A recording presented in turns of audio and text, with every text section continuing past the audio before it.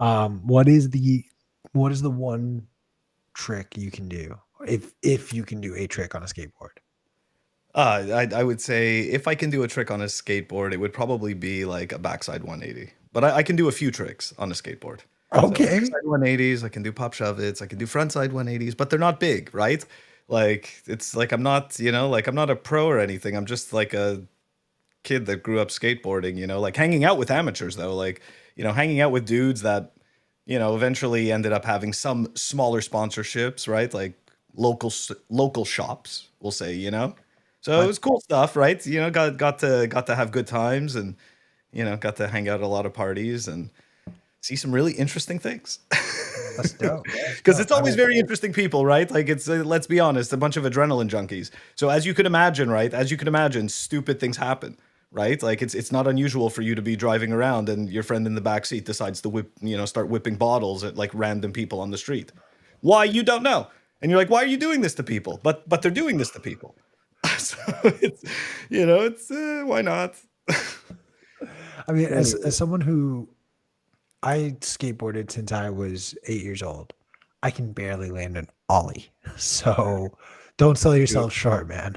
No, you know what though? It's really tough when a lot of your friends are like, ollieing like 10 and 15-foot gaps and shit like that, and they're like, ugh, like kind of sketchy landing. Yeah, no, seriously, like I grew up with like some pretty decent skaters, and like it was just, it's like, yeah, like you're just average. So it's look, man, you're gonna spend many years, like you're gonna spend many years practicing the most basic stuff. I still get out there and like, man, I was out there on Saturday and I bailed, like I dropped in my first time on a bowl in 16 years, and I mean I stuck the wall, but then I bailed at the bottom. So, anyways, look, it's part of the fun. Of course. Of course. Well, ladies Uh, and gentlemen, welcome into another episode of Late Night Bitcoin. I'm your host, Q, and tonight my guest is none other than my friend, your favorite shit poster on all of Bitcoin Twitter. I'm talking about Phil, also known as Coinicarus. You're right. That was a mouthful. That told was you. that was Yeah. too much. I tried. I tried, bro. Phil, how you doing, brother? Thank you so much for staying up past your bedtime to chat with me. I'm good, man. Hey, look, for you, honestly, we had great rips on when I was on Simply Bitcoin, and like that was cool stuff. So it's absolutely my pleasure to come and join you here on your show, man. I really appreciate it. You're far too kind. I'm glad though that the Bitcoin I sent over before we started went through so that you could say the thing I told you to say. Thank you. Oh man, if people were paying us to talk, it'd be pretty crazy. Oh man. I think people would But pay us to stop talking. yeah, Genuinely. you know what? I don't know if I'd say no. Somebody was like, "Here, I will give you like a certain amount of Bitcoin if you never make content ever again." I'll be like, "You know what? Let me think about it. Let me think I about would it." there's a fee I I'm would not take gonna for lie. that. There's a Huh? fee, I would there's a price tag I have on my dignity. Absolutely. Don't we all? Yeah, I To was be gonna say, like anybody who says they don't is just not like there's a number to it, right? But I do have to say, in terms of selling your soul for the other side, right? In terms of like selling your Ooh. soul for shilling shit coins and stuff like that, is there a price, right? Because don't get me wrong, like there are people like like Grift Boy, Bit Boy, who are out there and they get paid very they get paid very well, and there's guys like Bankless, right, that do their show, and I forget what their numbers were like. And don't get me wrong, but a lot of Bitcoin content producers do not make the money that shitcoiners make. That is 100%. So even the ones that are willing to shill absolute trash, in terms of Bitcoin, I don't believe make as much as the shitcoiners. So there are unfortunately a lot of people that do get taken in. I think that price tag isn't so much. No, Like it's not so much. yeah, you bring up a valid point. Like you're not Bitcoin only because you're doing it for the money. That's for dang sure. No. Not especially not right now. Not in a bear market. And the sad truth is because I've talked to enough of these crypto influencers, if you will, and a lot of them are big believers in Bitcoin. In fact, they have more than half their stack in Bitcoin, but they just have other shit too. And it's like, but why? It, okay, so this is what I've learned because you're absolutely right. A lot of these really big shitcoiners have the majority of their Bitcoin, the majority of their stack in Bitcoin. But this is what I've learned. They either lie about not thinking that what they're doing is wrong. Okay, they're either just lying about it because like fuck everyone, I'm gonna get paid, right? Like this is YOLO, right? You only live once, and like Lambos and all that crap, and giant houses and all that stuff. Sure, they're either lying or um they genuinely believe that what they're doing isn't really that bad, you know? And I've seen a lot of people rationalize it, right? Like I remember I used to think that that buying shitcoins was okay, right? Because like who cares? Like I'm not shilling them to anyone. What does it make a difference? And it's true. To each their own. Anybody can do whatever the hell they want. You're totally entitled. But I did start thinking about the moral case for it. And I was like, you know what? I'm essentially providing liquidity to other scammers. I'm essentially partaking in this scam, and I am helping to perpetuate this. Do I genuinely want to be a part of this? No. And that's when I started to realize a little bit more that this is also kind of like a moral thing. And again, anyone can look at it any way. The way I'm looking at it is not necessarily correct, right? It's not just because I'm saying that this is how like I see it, that I think that anybody who doesn't see it this way is wrong. That's just the way I feel about it, and that like doing it this way and just being Bitcoin only to me feels right. And at least this way, like I can sleep at night because like I know what it's like to be a bag holder for shitcoins. Like I know what it's like to lose 99%. I know what it's like to get rug pulled, all of these things. So why would I want to do this to somebody else if I know how crappy it feels? Really? And then and of course the other side to that coin is you can say, well, fuck it, it was done to me. Okay, fair enough. It was done to you. So, okay, you want to get your money back too. I can't disagree with that. But again, it just goes back to what is right for every individual person, right? How does every individual person sleep at night, and yeah, that type of stuff. I You mean, can tell that I thought about this a little too much. no, but I'd hope you I have. really thought about this. I'd hope you have because what you're saying shouldn't be taken lightly. And I think it's a great segue to sort of ask the question that I ask everyone, and then we will unpack sort of that journey. But what was the first time you ever heard about Bitcoin? What was your initial reaction to it? Oh, I thought it was bullshit.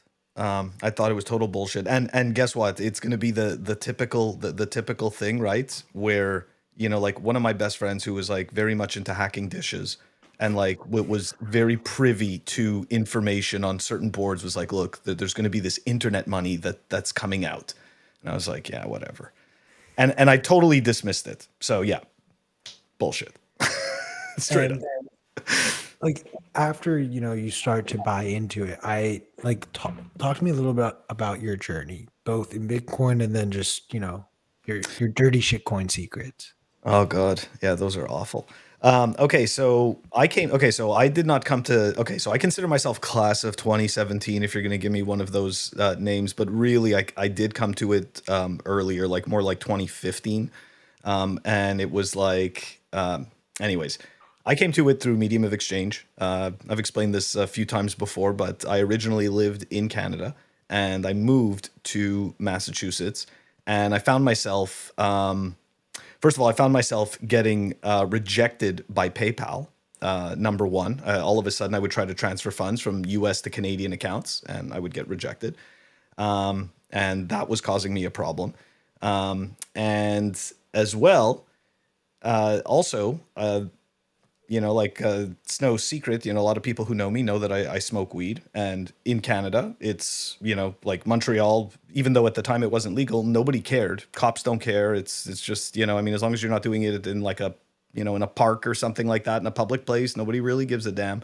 So, anyways, I moved to the States, and the States is a different place, right? And Massachusetts is at the time, like it wasn't allowed. It was frowned upon, and illegal. And I'm like, okay, I don't want to feel like I'm 18 years old all over again, right? I don't want to be that guy who's hanging out and being all sketchy. And I remember hearing about Bitcoin. So again, I looked at it as a medium of exchange. This was one of those things where I was like, this makes sense. This thing, I was willing to give it a try. So I had problems with the banking system, and I was tired of the friction, right? Like, let's be honest, when it comes to doing things like that, even though it's really not that sketchy, it is. And the people around that are in some cases sketchy. So this reduces friction, right? You send Bitcoin, all of a sudden you get something in the mail, and wow, look at that, right? Life goes on the way it should, right? Life just should just go on. Anyways, so yes, I came to it from medium of exchange very early on. So 2015, 2016, I did not understand Bitcoin's value proposition. Oh God, I hate thinking about how much Bitcoin I spent. Let Anyways, me let this me story let totally me killed ask this. Let me ask this. How many ounces of weed did you buy me. in I don't 2015? even. Oh God, I don't even know. How much were you smoking per month? Uh, I'm gonna reverse engineer this. You're talking to a brutal. stoner who was actually Yeah. may or may not have been dealing pot at that No. exact time. Well, okay. So I mean, if we're gonna go into like numbers, right? It's probably like, what is it? It's, I don't know, like probably An ounce? half an ounce a No, month, something like that. that's Yeah, fair. something like that. That's nothing crazy. No, it's nothing crazy. I mean, I slowed down a lot from when I was much younger. So, Totally. and now even more, but still. Yeah. So, but at the time, right, Bitcoin's price was like 200 to 400 bucks, like between. So, right. So you get, so approximately one Bitcoin gets you an ounce. So, it was like, and at the time, good job, all that stuff. I had just moved to the States, and, like I had just gotten a promotion. Like, so it's not a big deal to go and buy like 10 Bitcoin or 15 Bitcoin. Anyways, just let them sit there and, you know, buy with it. Anyways, so I don't, to be perfectly honest, the sad reality, okay, and this is, I came to this conclusion already. The sad reality is that had I had understood what Bitcoin was at the time, I would have been able to change my life forever, and like even my family's life forever, way earlier. I mean, I was about to ask, but like, Way earlier, like we're talking like 5 years earlier. Like I easily, and like, and to be perfectly honest, we're also talking about like many multiples, right? Like many multiples. So because when you really think about the numbers, it's just, anyways, I don't like to think about the numbers. It's okay. well, I'm It I'm was a just learning experience. I'm gonna because this is late night TV, so like you signed up for this. I did. Like, do you not look at pot as like this just demon child who has just cost you your entire wealth No, I don't. You know why? because you love smoking pot? Well, number one, that's number one. Number two is I would have never found Bitcoin, not in the same Mm, way. I can respect because that. because don't get me wrong, the problems with the banking system weren't really forcing me to Bitcoin. They were just kind of like, it was like a red light. For me, it was just like a red light, and I had to kind of work around it. And like essentially, I just had to like open a US account with my Canadian bank and do all this other crap. But still, it was just more red tape, right? It was just more red tape. But the what really stuck with me was the reduction of friction and the medium of exchange. That was, I hated. not to go into like my childhood or anything, okay, but Oh, let's like I unpack this, man. This is a therapy session for you, bro. no, trust me, it's not. Not for this. This is just like I wouldn't even explain this stuff on late night TV, but let's just say like the anxiety of waiting for something like that, having to go sit somewhere, the sketchiness, all of that. I hate that shit. Okay? Like that is super annoying and a giant waste of time. And the problem is that like think about it, right? Like it's like, yeah, okay, fine. So I smoke weed. I'm a taxpayer. Like that's the only bad thing I actually do. Okay, unless they consider Bitcoin bad now. But like really, like that's the only thing. So like what are you doing wrong? You have a job, you're a functioning person in society, you're paying the revenue that society demands, right? Your taxes and all of that, like all of that garbage. So at the end of the day, like how is it different than another vice like smoking cigarettes or drinking alcohol? Like I hate to like put it into that You're saying category. Bitcoin. You're saying No, I'm not how? talking about Bitcoin. I'm Oh, talking weed. about smoking weed. Yeah. No, Oh, Bitcoin that's is fair. totally different. That's like that's just a monetary demon, right? Like that's like a monetary demon that the bankers and the government want nothing to do with. That's the banker's boogeyman right there. Is Yeah. Bitcoin. Like Yeah. Satoshi Nakamoto, like hooded statue is like what haunts the big bankers every night. Mhm. Yeah, So, it does. but It like does. I'm steamrolling you a little bit, No, it's but okay. we're talking about pot Because we're and going off into the middle of nowhere, so no, it's no, fine. no, no. Reel We're me gonna back talk. in, man. No, no, no. We're gonna keep talking. It's me, bro. We're talking about pot now for like the next 15 minutes at least.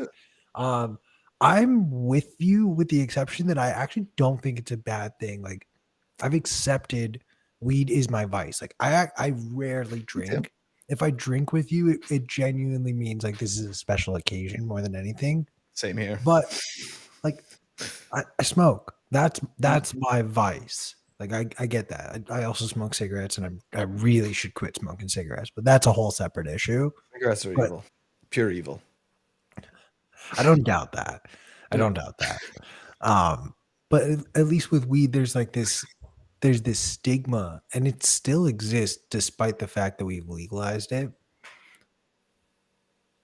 It I genuinely wonder if you think that over the course of maybe by the time like our kids are having kids, if that stigma will go away, or if there will always just be in the background, like, oh, they smoke weed. Oh, No, it goes away. It definitely goes away. Yeah, 100%. Look, there was a stigma behind drinking alcohol, right? If you look mm, back at alcohol prohibition and stuff like that, like there was a huge stigma around alcohol, and there was also a massive stigma around smoking cigarettes, right? Like a woman, okay, who smoked cigarettes back in I don't remember the times, maybe it was like the mid 1900s.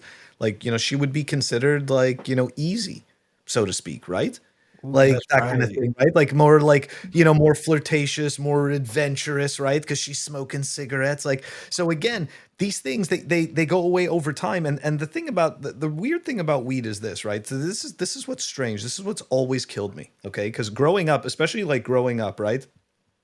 If you're a stoner, usually like, sure, some women will be attracted to you here and there, but like for the most part, like chicks don't really quote unquote dig stoners, right? Like growing up for whatever reason, you want to go hang, right? Like you want to go hang out at bars and you want to party, and what are people doing there? They're drinking. So drinking is extremely accepted. Now what's interesting about it is that people smoking joints for the most part, let's be honest, like you smoke joints, you end up eating a lot, you end up watching some stupid shit on TV, maybe laughing a lot, definitely getting into some type of a cosmic conversation. If you're arguing, good chances are you're going to make up really quickly. There's not much of an argument that happens with a person who's high. Yeah, so but with alcohol is very interesting because alcohol, you can end up in situations with somebody ripping somebody else's ear off, for instance, right? Like somebody gets pissed off for whatever reason and like they punch your face in. Like alcohol is actually much more destructive, to society. So I find it very interesting that there's such a stigma, around people that smoke weed. But anyways, my point being is that in time, right? In time, this is going to go away. I mean, it's getting legalized everywhere. It's more and more. like normal. Like, look, at this point, like now where I live, it's like I can smoke joints in my backyard. I can smoke joints in the front. It's perfectly fine. There's nothing wrong with it anymore in that respect, right? It's getting closer. Now, I'm sure, not all of my neighbors necessarily appreciate it. And of course, right? You wouldn't necessarily want me doing that in front of your kids. And of course, I'm respectful enough not to do that in front of people's kids, right? Like it's the same way that you wouldn't go getting plastered in front of somebody's kids. At least you shouldn't, right? Like it's just not like public drunkenness. It's the same thing, right? Like I think that if people act responsibly, if they chose to take personal responsibility, and this does go back to Bitcoin, people who choose to be personally responsible for their actions, right? Like you take ownership of your vice, like I take ownership of my vice. Well, as a result, yeah, I think it makes it much more what's the word I'm looking for? Much more like acceptable to to mainstream culture, where people are willing to say, you know what, that person may be doing this, but they're respectful, and like I would trust them, and then it changes their mind, right? Like that's how we change people's minds, is in our actions, right? Because people can read whatever they read, but then when they meet somebody of the stigma that they believed something totally different, if they're willing to be open-minded, they will see that, hey, wait a second, like this is not necessarily true and accurate, and like, and then all of a sudden, like the perception changes. But it takes time, right? It all takes time. There's so many years of stigma, right? Like, I mean, did you ever see the stupid movie called Reefer Madness? Did you ever see that? Like No. that's like a cult class. Okay, so look, you got to check out stupid crap like this, because this is exactly the type of propaganda that they were feeding kids in like the 1950s and 60s. Reefer Madness. Oh my God, yeah. So like, look, you would watch this, okay? You would watch this, and you would see people like smoking weed and then losing their minds and becoming like violent and like wanting to, like, thinking they're superheroes and wanting to kill. Like, listen, let me tell you something. Never once on any, not one time. Okay, so I'm 43. I've been smoking. Okay, so like definitely in over 20 years of smoking joints, I've not once ever thought that I'm a superhero. I've never once smoked a joint and got ripped and said, I can jump off that building. I have never thought that I can, do anything fantastic like walk on water or something like that. Like these things, they don't occur to me. I don't know. Like, and I've never seen anyone else think that. Don't you So love when people who've never smoked weed try to tell people what smoking weed is like? It's like, you know what it's like, man. Yeah, it's the same thing when people who have never tripped try to tell you about a trip. It's just like, you kidding me? Like, no, that's not how that works. It's just funny, right? Like that's why I always, and look, I understand, right? I understand the scientific method. I understand that there's tests and stuff like that. But the reality is that, like, Timothy Leary, for example, did some of the most incredible work when it comes to psychedelics. Timothy Leary took acid himself. Like, so he had an in-depth understanding, through proof, right? Through experience. Anyways, have you ever read the comic about the chemist who actually invented LSD? It's called Bicycle Day. Anthony, is it Andy Hoffman? What's his Albert Hoffman. Albert Hoffman? Yeah, Yeah, and he dude. was. I don't know if I read the comic, but I know I read the story where he was ripped and like riding through the streets, and there were like Nazis like next to him and stuff like that, and he was totally tripping out. Yeah. No, he was like, he like Didn't he saw do the it by Nazis and mistake? had a bad trip. Like it Did was, he do it by mistake though? Like, what, yeah. didn't it seep into his skin? He was trying to do something else. So he I was think I trying to don't build remember the exact something. story. There was a contamination, and then on his bike ride home, he got like really sick, and Mm. like that was the first ever trip. And I think he drank like milk to calm himself down. But then like afterwards, he was like woken up, and then he was like, I need to recreate this, and then like devoted his life to recreating it, and then like properly documenting how to make LSD. And then if anyone is curious, the recipe of how to make LSD is in the comic book Bicycle Day. Is that not crazy? I got to check it out. Dude, my girlfriend bought it for me after I had surgery recovering my Achilles, so I am high on painkillers reading this comic, and it is, bro, it is one of the most visually stunning. Like Mm, the creator, like I may have I'm read spacing this. now if they made the characters dogs just while he was on a trip, or if they were always just dogs, like kind of like like Goofy and Mickey Mouse, like Yeah, kind of yeah. look like that. It's cool though. It's like super visual as well. You could genuinely get the gist of the story without ever reading the words. Um, but it's just I may or may not have taken some shrooms and just like opened it and stared at some of the pages because it's so colorful. I think I read this. You know what? It's so sad. I never thought I'd say this, but I actually have forgotten so much of what I've read. It's so sad. It's like you like you're telling me this, and it sounds so familiar, and it's quite possible that I read this, but I don't know. I got to check it out again. I wish honestly that Bicycle they made the cut for this bookshelf. It's in my other room in my other bookshelf. Otherwise, I'd be like literally just like reading you passages right now. Okay, um, you've got a pretty good bookshelf back there. this is like the curated bookshelf.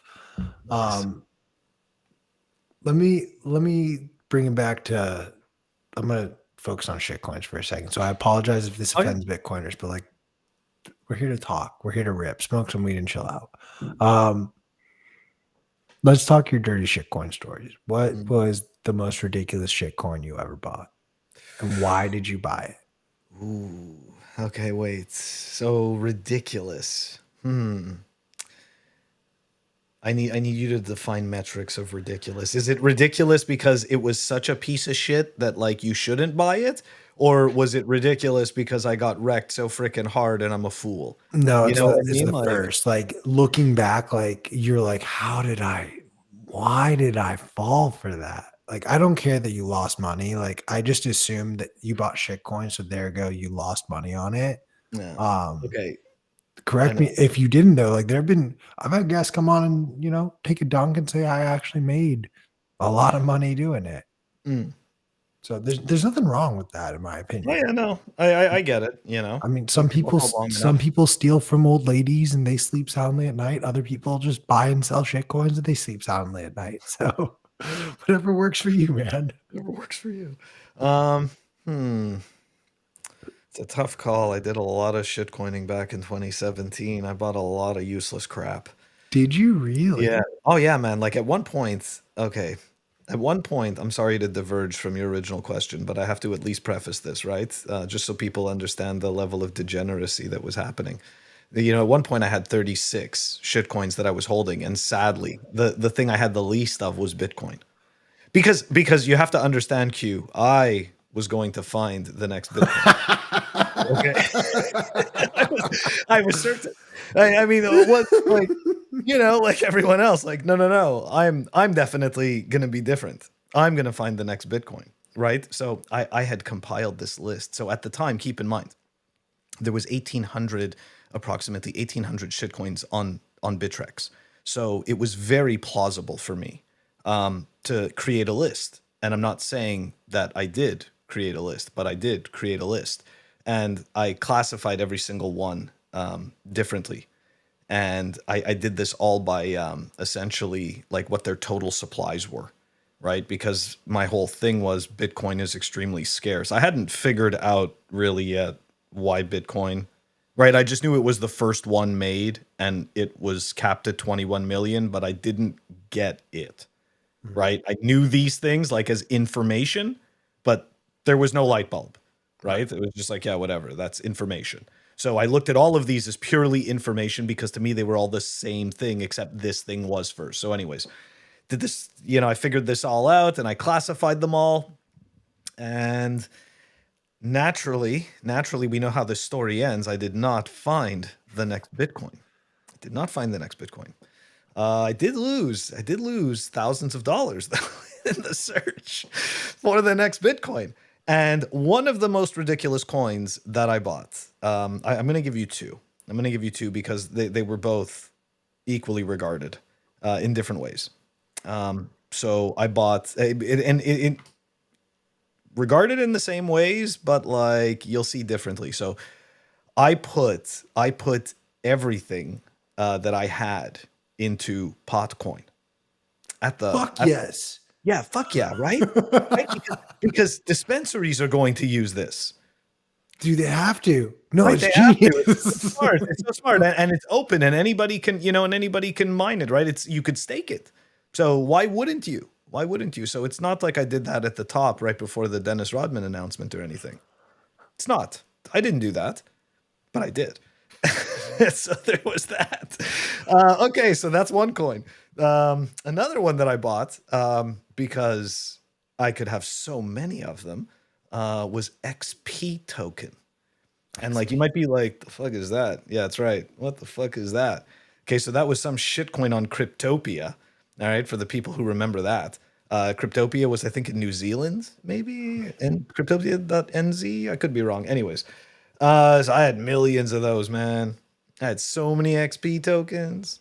I was going to be loaded if it went up like half a cent. And everyone was going to use it because everyone's going to use that because they have so many. Why wouldn't you use it? And it's so cheap. And they're going to have kiosks or something. So, yeah. And that falls into the realm of other trash that I bought like this, like NXPS, right? Which had their own pay terminals. So, of course, everyone's going to use this. They have their own pay terminals because that's not annoying for a store to all of it, like a store chain like Walmart to all of a sudden implement brand new pay terminals just for this one shitcoin. That makes sense.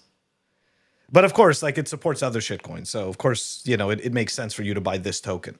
Like it's just so many stupid ideas. So many stupid ideas. But I learned all the things that didn't work. I think though it's important to recognize there was something that you said, which was like you understood the general concepts of Bitcoin. You understood the 21 million.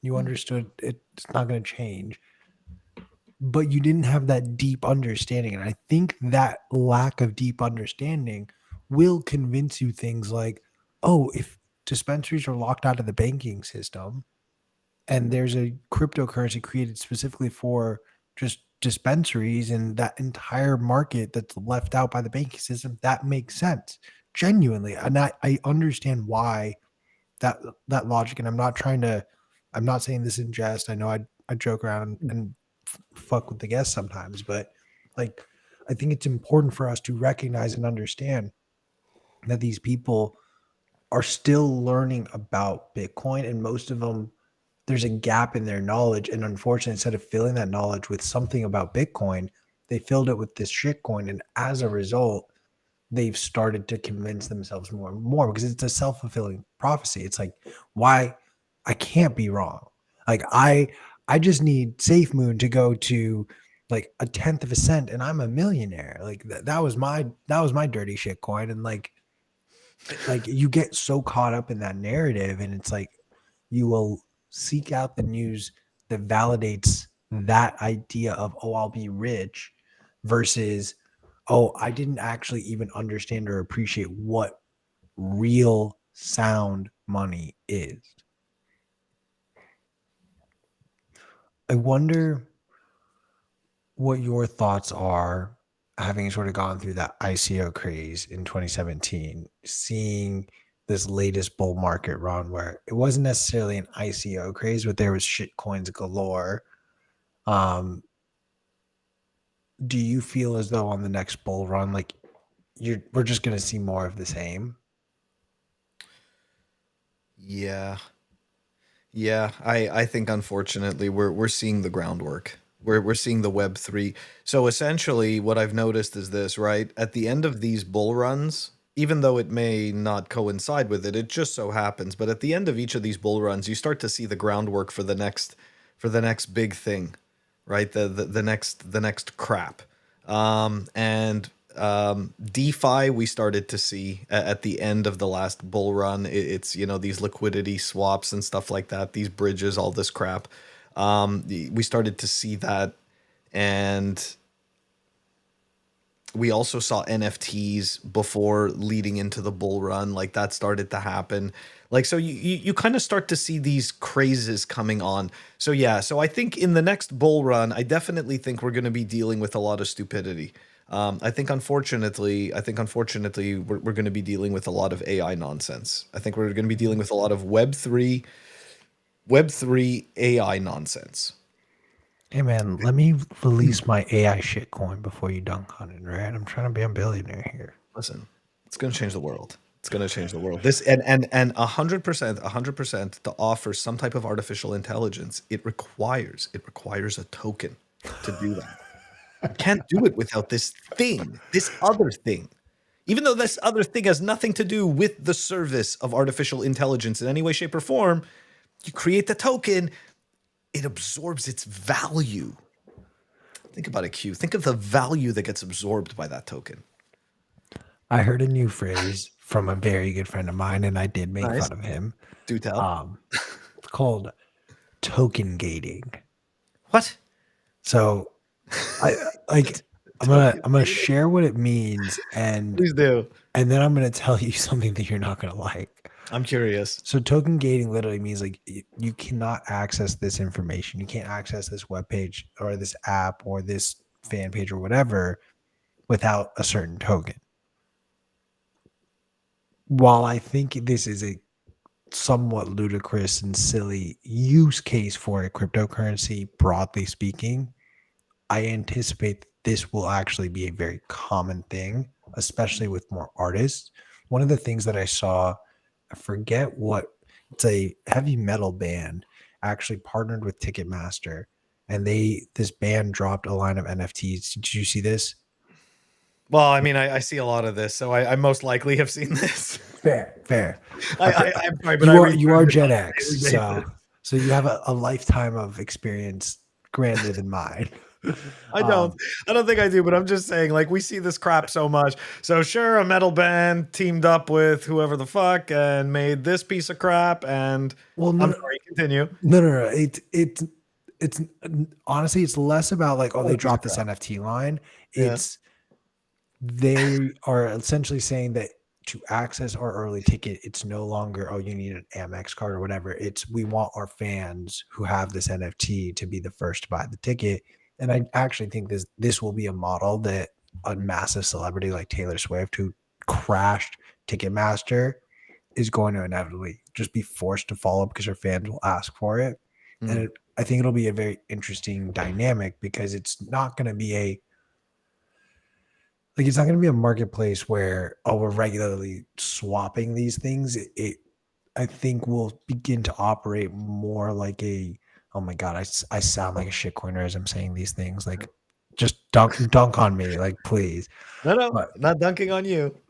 it's just, Tell me about your like, it's shit coin. happening. It's happening. Tell me about your shit coin. Tell me why. So, Tell me why it's going to accrue. Qcoin.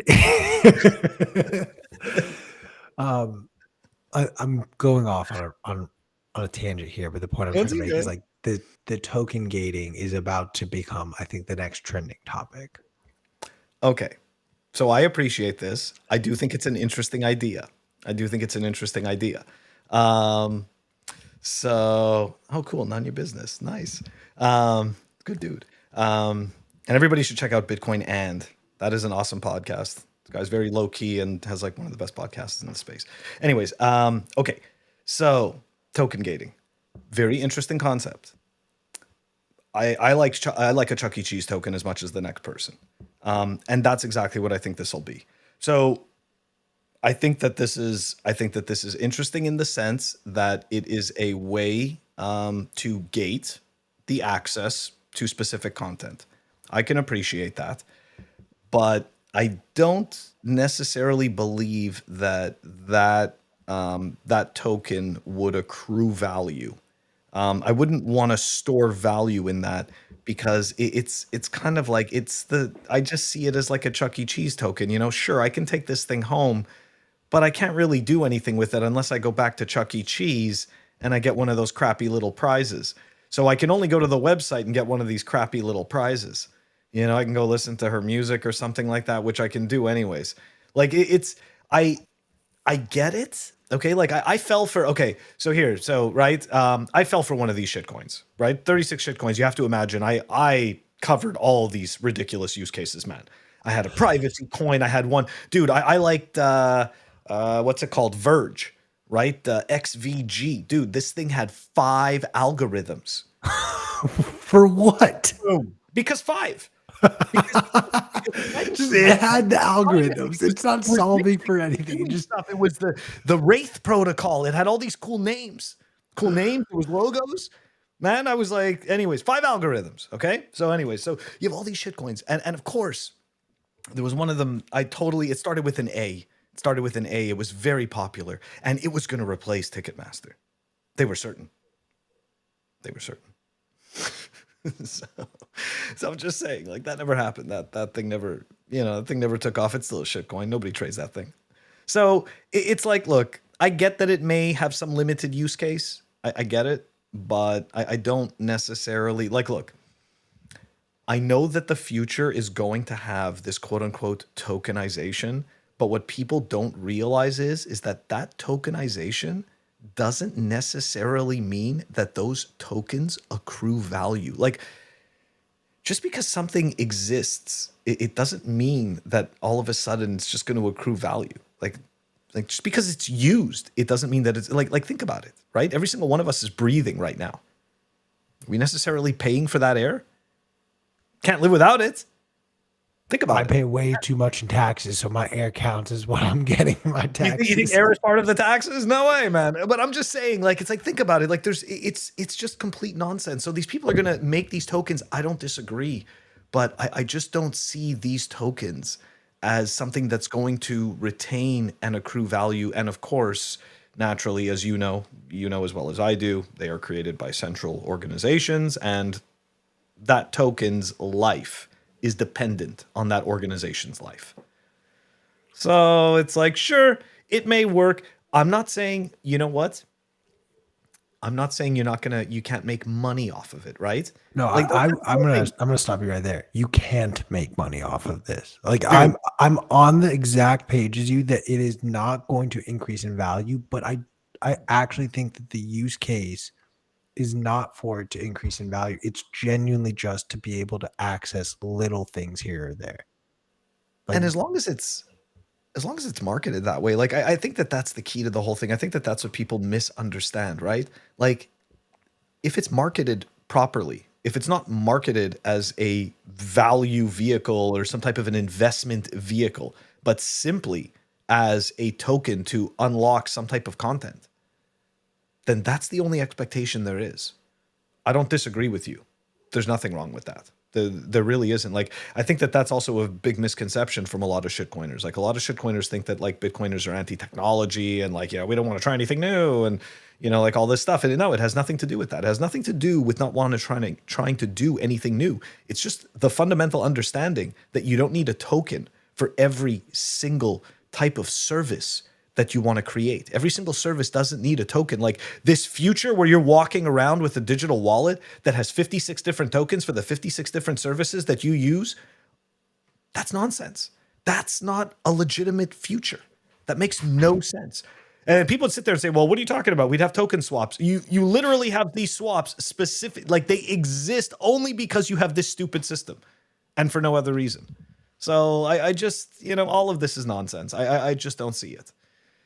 So let's talk about for today on April 3rd, 2023, the most talked about shitcoin, which is Doge. Honestly, so my Twitter app on my phone, the dog doesn't come up.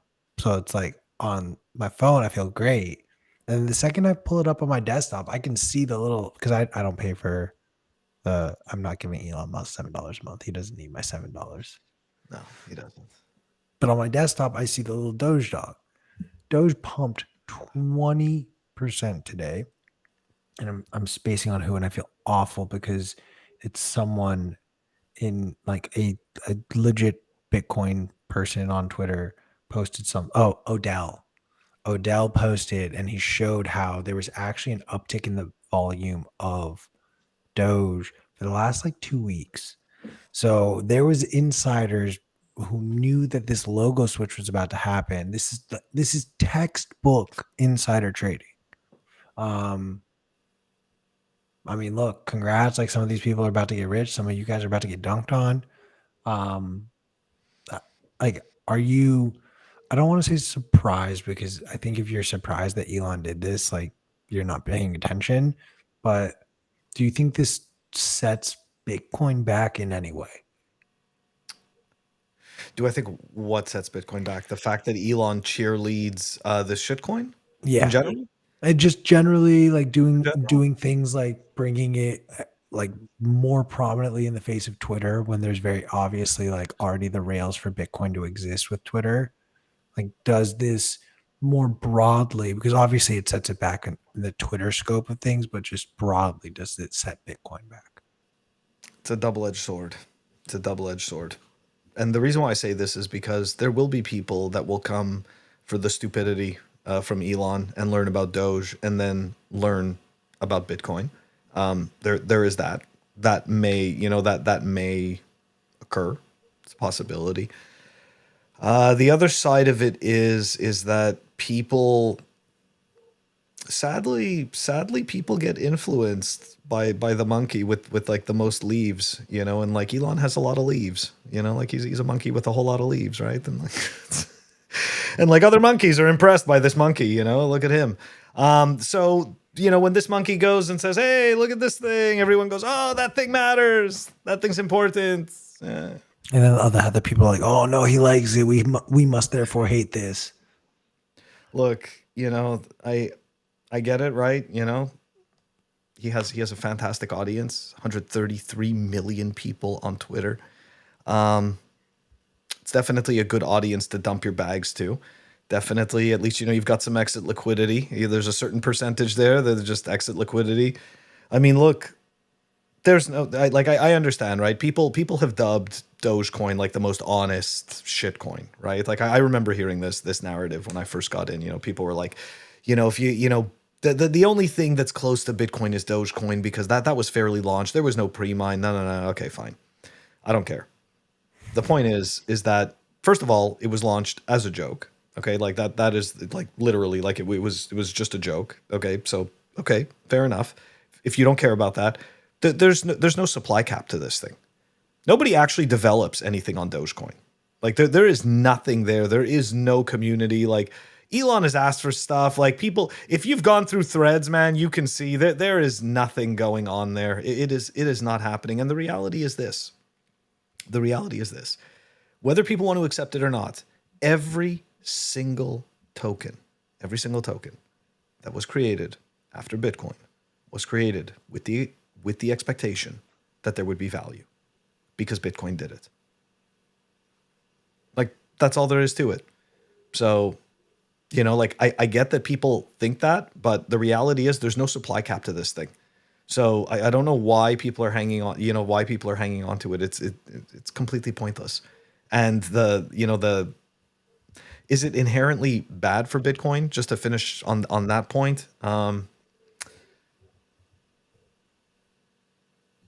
don't think it's inherently bad, but I do think that it's not really helping us. It's just kind of like it's overall stale, right? Because it brings people in, and I'm sorry, but if you go take a look at the Doge chart, you just see a bunch of pump and dump candles.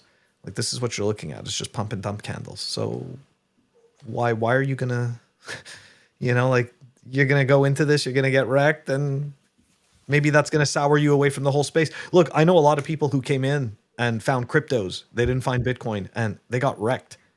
And they won't touch. They won't even buy more Bitcoin, right? So that kind of ruins it for people. That's why I go back to my original point of it's a double-edged sword. So I just, overall, I think it's a lot of gray area. I do think it's a lot of gray area. I do wish that Elon Musk wasn't cheerleading a shitcoin, obviously. I wish that he was truthful. I mean, naturally, we were all very happy when he was touting Bitcoin. It's very interesting. It's very interesting that he changed his tune so quickly. He gets a lot of money from the government. People don't want to accept it, but the reality is he gets a lot of money from the government. So, Just maybe he got a phone call. Just maybe he's not that powerful. Just saying. I need to smoke more weed so we can unpack that. But it is about your bedtime. But I do want to ask that we play a little game before I let you go. Uh-oh. So the game we're going to play is shitcoin or something else. And I'm going to give you 3 or 4 letters. And I want you to tell me either what the name of the shitcoin is or what this acronym is supposed to stand for. Okay? Uh-oh. We'll start with an easy one. XRP.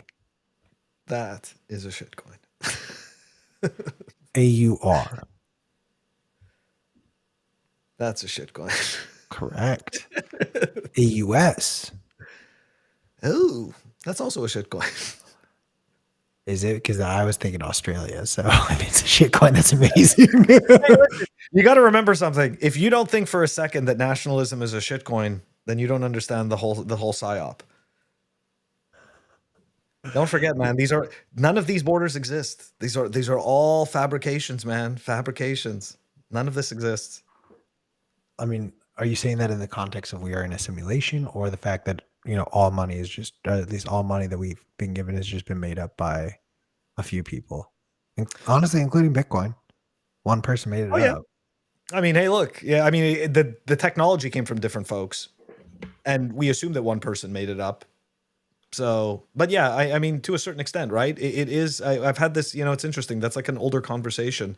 About the illusion, right? Is money an illusion? Is it a shared illusion that we all just believe in?